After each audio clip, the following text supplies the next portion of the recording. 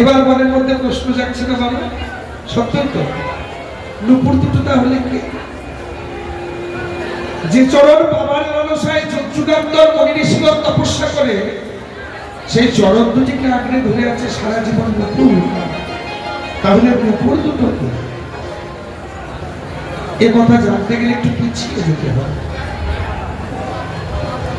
রামচন্দ্র যেদিন সীতা হারায় মণিহারা ফণির মতো হাসিতে হাসিতে করে কাঁদছে। খুব মন দিয়ে শুনছে মায়েরা, চঞ্চল হবে না। কি হলো?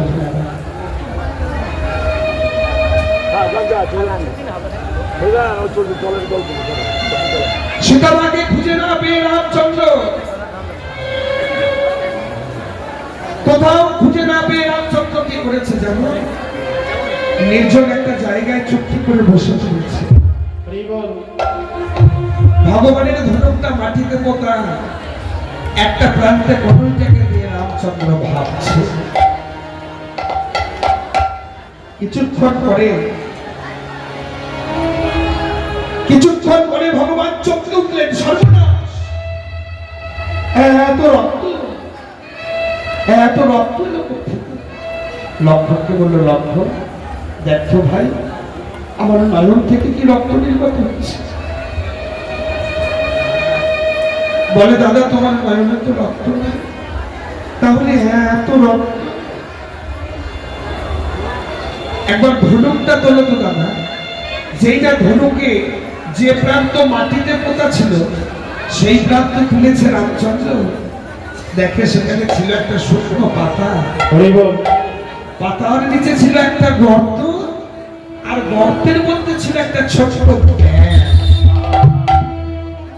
রামচন্দ্র যখন ধনুকটা দেখেছে, ধনুকের সূচানো প্রান্ত শুকনো পাতা ভেদ করে বিঁধেছে গিয়ে ব্যাঙের পিঠে। রামচন্দ্রের নয়ন জল, হাত বেয়ে গিয়ে পড়ছে কনুইয়ে, কনুই বেয়ে গিয়ে পড়ছে ধনুকে, আর ধনুক বেয়ে গিয়ে পড়ছে ব্যাঙের পিঠে। রামচন্দ্রের নয়ন জল আর ব্যাঙের পিঠের রক্ত মিশ্রিত হয়ে ধরণীর মধ্যে অপরাধীর গায়ে ভগবান রামচন্দ্র ব্যাঙটাকে পরের মধ্যে তুলে বলল, রে ব্যাঙ, আমি যখন তোকে আঘাত করলাম, আমি যখন তোকে হত্যা করলাম, তখন তুই আমাকে চিৎকার করে জানালি না, আমাকে তো জানাতে পারতিস। প্রভু, বাহ্যিক জগতের শত্রুরা যখন আক্রমণ করতে আমার দিকে ছুটে আসে, ব্যাধ আমাকে খাবে বলে যখন আমার দিকে ছুটে আসে, ব্যাধ আমাকে মারবে বলে যখন আমার দিকে ষড়যোজনা করে, তখন আমি প্রাণ ভয়ে ভীত হয়ে তোমার নাম করে রাম শ্রীরাম করেছি। কেন জানো? আমি জানি চাইলে তুমি আমাকে বাঁচাতে পারো, কিন্তু সেই স্বয়ং রামচন্দ্র আজকে যখন আমাকে মারতে এলো, আমি কার নাম করে কাঁদতাম, আমি কার নাম করে ডাকতাম? তুমি বলতে পারো এ জগতে কে আমায় বাঁচাবে?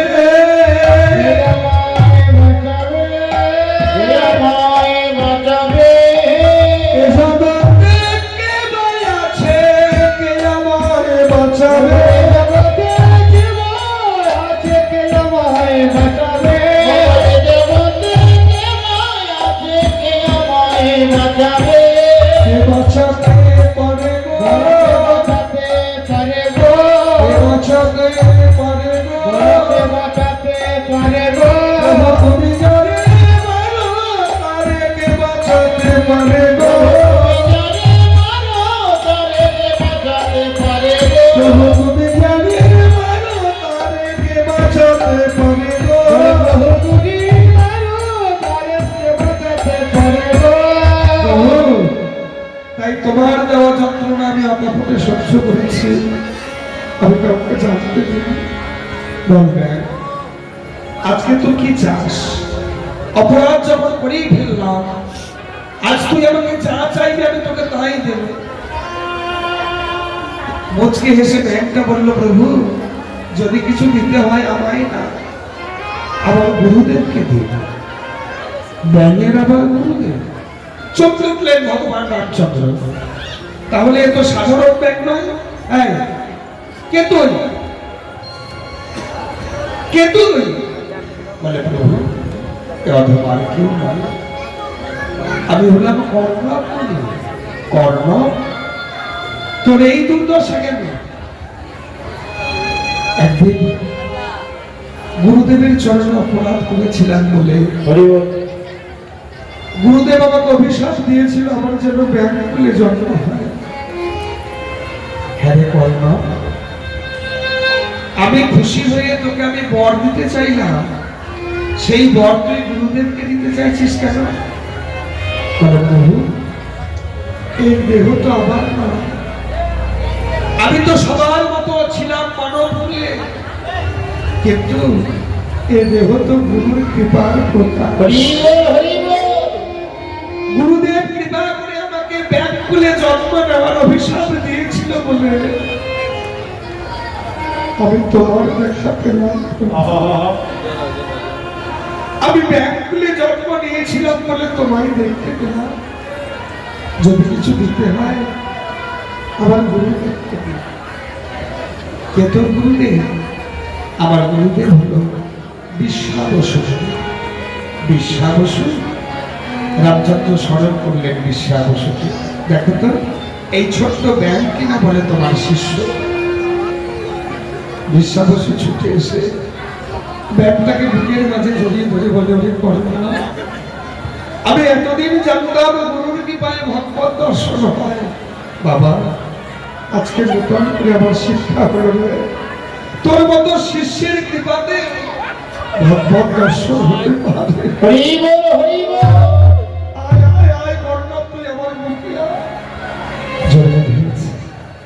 রামচন্দ্র বলে, বলো বিশ্বাবসু, আজকে তুমি কি চাও? আজকে তুমি যা চাইবে আমি তোমাকে তাই দেব। না চাইতে তুমি সব দিয়েছ, চাওয়ার মতো তোমার কিছু নাই, তবু তুমি অযাচিত কৃপা স্বভাবে যদি আমায় কিছু দিতে চাও, তাহলে আমায় এই বরদান, আমার গুরু শিষ্য সারা জীবনে যেন তোমার চরণে ধরে আমরা থাকতে পারি।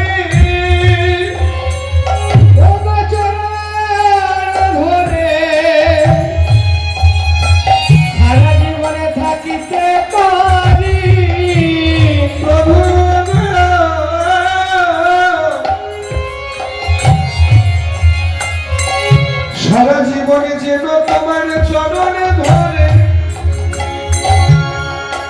আমরা থাকতে পারি।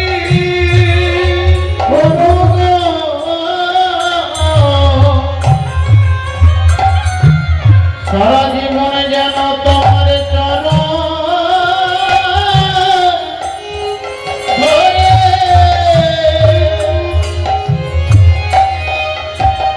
আমরা দুজন থাকিতে পারি।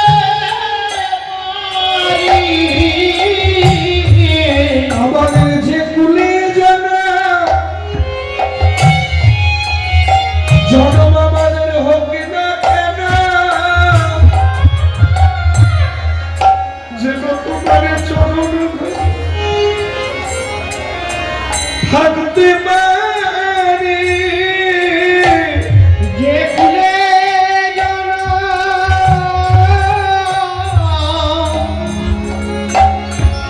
আমাদের হবে না কেন, আমাদের যেন চরণে ছাড়া করোনা আমাদের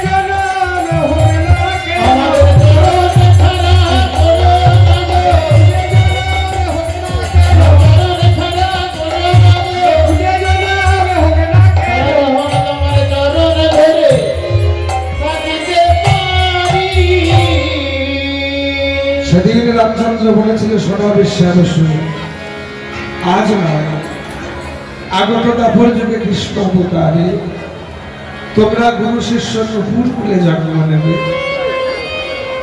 তোমরা দুজন যেদিন নুপুর কুলে জন্ম নেবে সেদিন তোমাদের দুজনকে আমি আমার চরণে মানব। আর যেদিন তোমাদের দুজনকে আমি চরণে মানব সেদিন তোমাদের মনের আশা পূরণ হবে। তোমাদের মনের আশা, মনের আশা পূরণ হবে। যেদিন তোমরা নুপুরে কুলে, যেদিন তোমরা নুপুরে কুলে, নুপুরে কুলে জন্ম নেবে সেদিন পাবে আমার চরণ পাবে।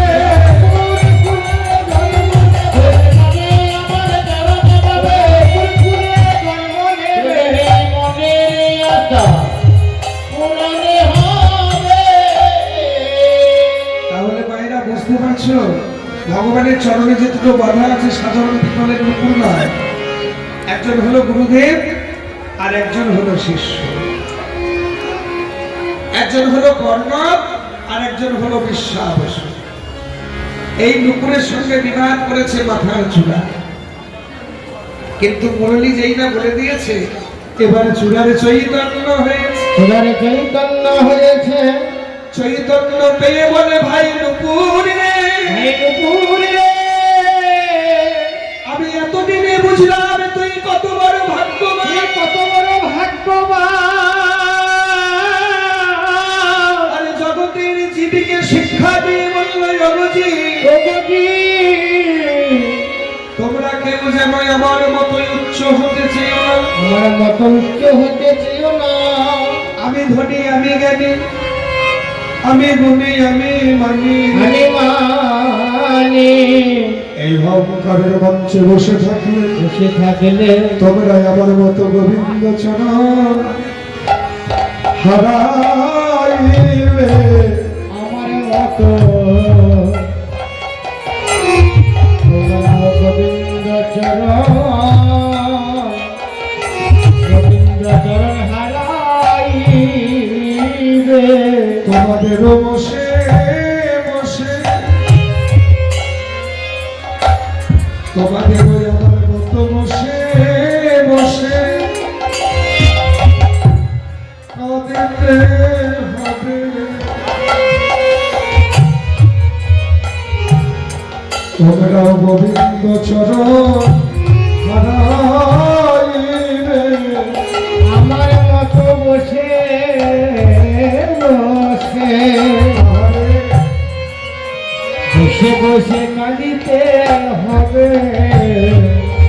তোমরা গোবিন্দ চরণ হারাইবে। আমার মতো বসে বসে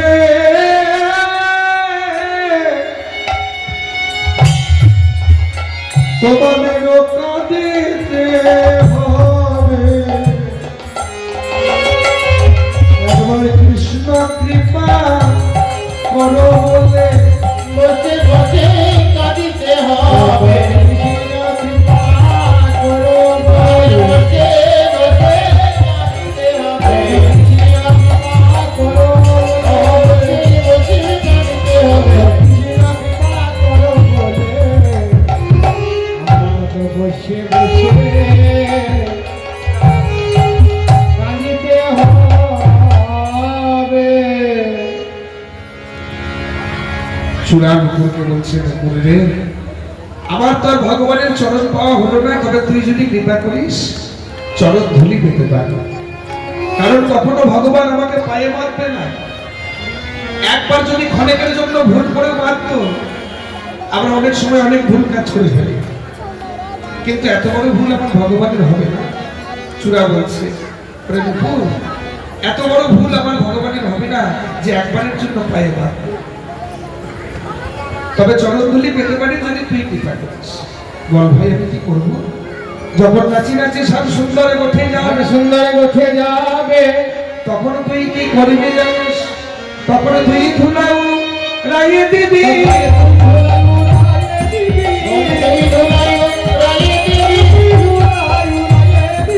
তখন নাচি নাচি সারে বসে যাবে তুই ধুলাই উড়াইয়ে দিবি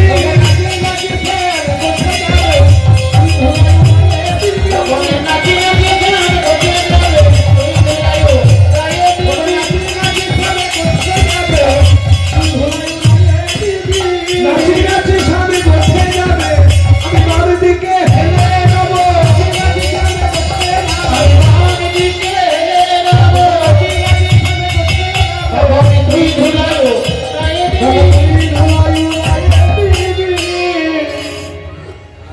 বাম দিকে হেললে ধুলা পাবে ডান দিকে হেললে ধুলা পেত না সামনে হেললে ধুলা পেত না পিছনে হেললে ধুলা পেত না চূড়া বললো হেলতে যদি হয় আমাকে বাম দিকেই হেলবো কেন সারা জীবন মাথা উঁচু করে বেঁচেছি কোনো কারণে যদি মাথা নিচু করতে হয় তাহলে আমি বাম দিকেই করবো একই সঙ্গে দুটো কাজ হবে একই সঙ্গে দুটো কাজ হবে নুপুরের কৃপাতে চরণ ধুলিটা পাবো আবার রসভরে রাধারানী যখন সাগরে বামে গিয়ে দাঁড়াইবে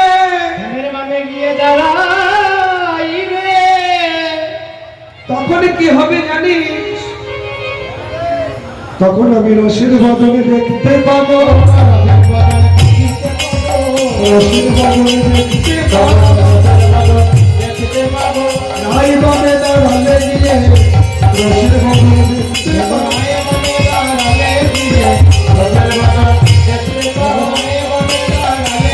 হলে তাইতে চূড়া পাবে হালে নাই গৌর হবে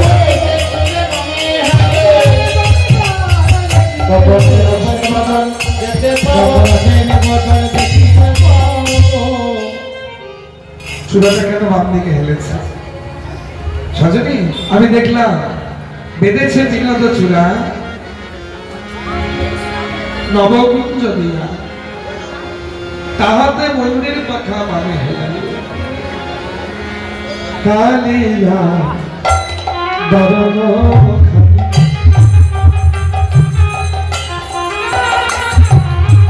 ওরে ললিতা রে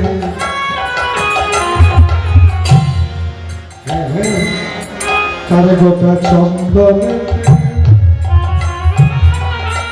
মাথা হইনা কালিয়া করুণা খালি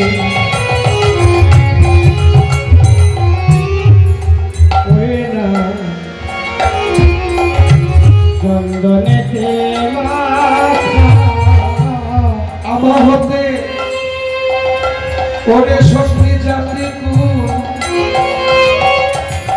আর নাহি গেল রাখালে হইতে জাতি নাহি গেল হতে জাতি কোন নাহি গেল ওরে গেল গেল কুল রইল সখী গেল গেল কুল রইল আমার মধুরী রূপে নয়নে দিয়ে গেল গেল কুল রইল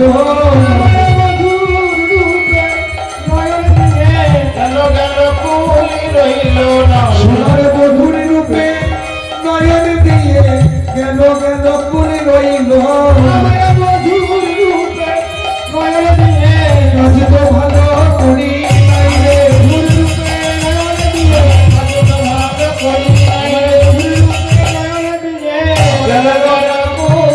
রইল না রে মামা হতে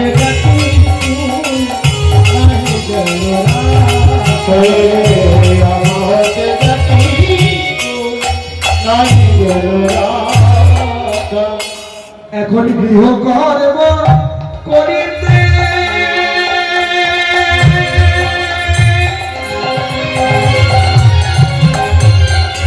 সখীরে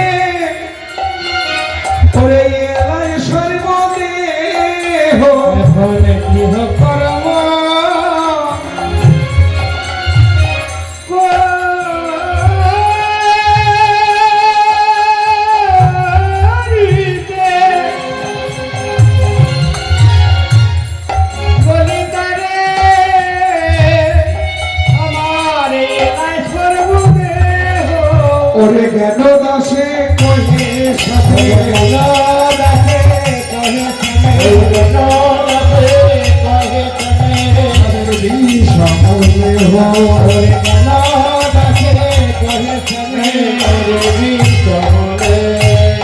বলে তাদের দশা এমনই হয় যারা কৃষ্ণ বলতে প্রাণ শোকেছে তাদের দশা এমনই হয়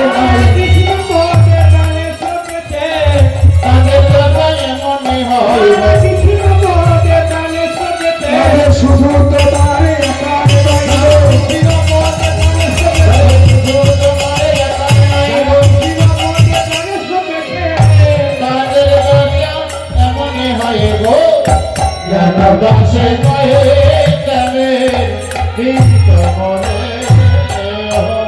মরমি তাহলে কি সত্যই সেই মানুষটাকে তুই ভালোবেসে ফেলবি? মরমি ভালো তো বেশি আমি ভেবেছিলাম ধর্ম হলাম, কিন্তু এখনো যে আমার সময় হয়নি ভালোবাসা, সেটা আমি বুঝি না। সময় হয় না রে সখী, আমার এখনো সময় হয়নি কৃষ্ণ ভজন করা, কৃষ্ণকে ভালোবাসা। তা কবে থেকে কৃষ্ণকে ভালোবাসলি? যেদিন নাম শুনলাম, যেদিন থেকে আমি নাম শুনলাম, শুনিয়া দেখি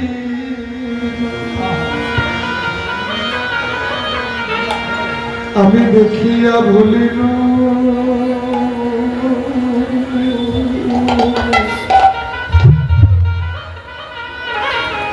শৈব ভুলিয়া পীড়িতে কইল ললিতা রে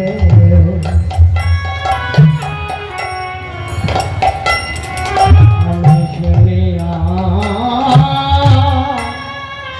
দেখিব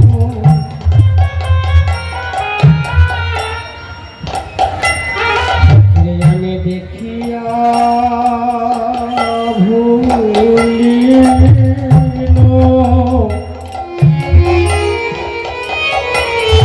আমি ভুলিয়া পীড়িতি কইল। এখন আমার পীড়িতি বিচ্ছেদে মনে সখী নাই রহে পড়া। এখন আমার পীড়িতি বিচ্ছেদে আমার না রহে পড়া। সখী রে ঝুরিয়া ঝুরিয়া মইব রে, সখী ঝুরিয়া ঝুরিয়া মইব পীড়িতি বিচ্ছেদে সখী না রহে পড়া। ঝুরিয়া ঝুরিয়া মইন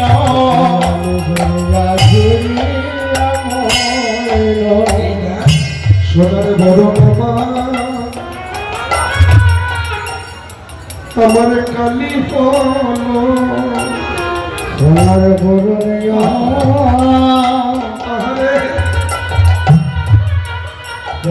আমার কালি হলো, ওই কালিয়া মূরতি সখী রে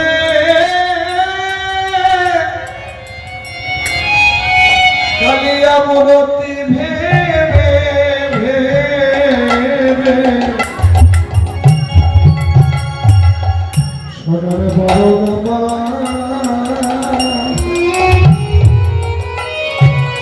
আমার কালি হলো রে। কালিয়া মূরতি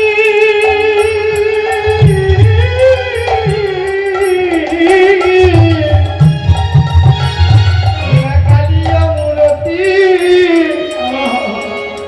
ভেবে ভেবে না না, আমি আগে তো এমন ছিলাম না, আমি আগে তো এমন ছিলাম না। আমি আগে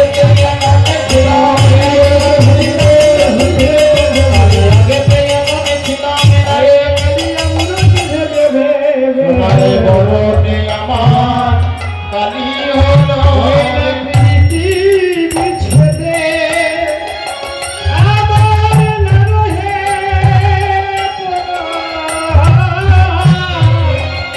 শৈলে ঝুরিয়া ঝুরিয়া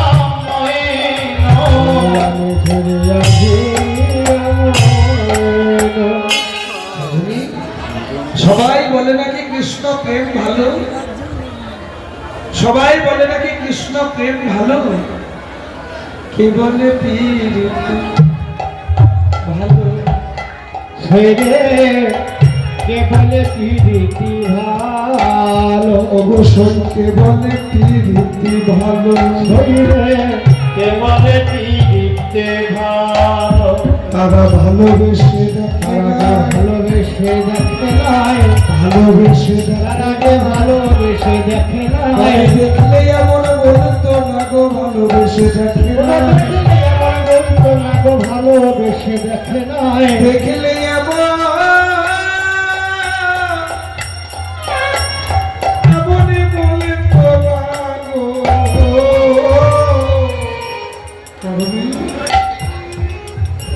ওই কালিয়ার সনে পিড়িতি করিয়া কালিয়ানো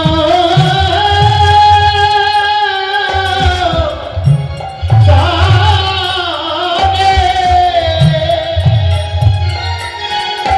ওই প্রীতি করিয়া ওরে সখী পাঁচর ধসিয়া গেল,